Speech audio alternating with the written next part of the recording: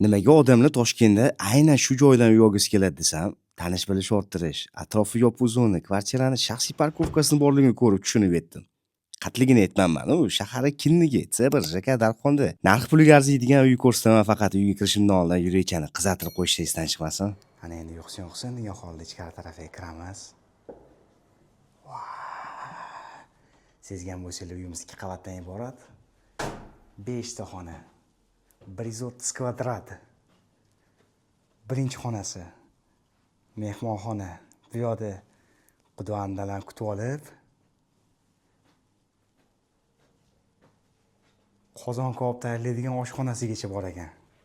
Keyin maza qilar ekanda. Ha, oka. Bu yoq tomoni mehmonxona. Xohlasanglar spalniya qilib qo'ysanglar bo'ladi, sababi yon tomonda o'zini sanuzyallari bor. O'zgacha uyimizda kadastr hujjatlari, hamma sharoitlari bor. C1 Darxon ko'pchilik biladi. Shaharda yuragi, 2-qavatda o'zini 3 ta xonasi bor. Bu tepaga alohida vходной eshigi ham bor. Pod'ezd orqali kiriladi. Xo'p, birinchi xonasi nima ekan? Hozir dilni yaratadigan, sayratadigan joyini ko'rsataman.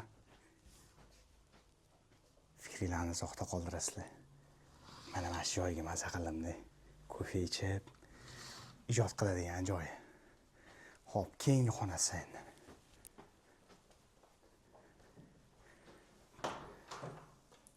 U detskiy ekan. U detskiy. Bu yoq tomoni. Qizingiz bo'lsa shotga joylashtirar ekansizda.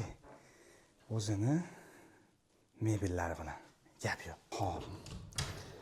Bu yoq tomonda 2-qavat uchun sanuzyol. Narxi qiziq desanglar, 1 kvadraturasi $1684 dan aylanyapti. Umumiy 130 kvadrat. C1 Darxon bunaqa narxda har doim ham uy chiqavermaydi. Qiziq bo'lsa bu videoni C1 dan shikalat narxda uy qidirayotgan insonlarga jo'natib qo'yinglar, foydali bo'ladi.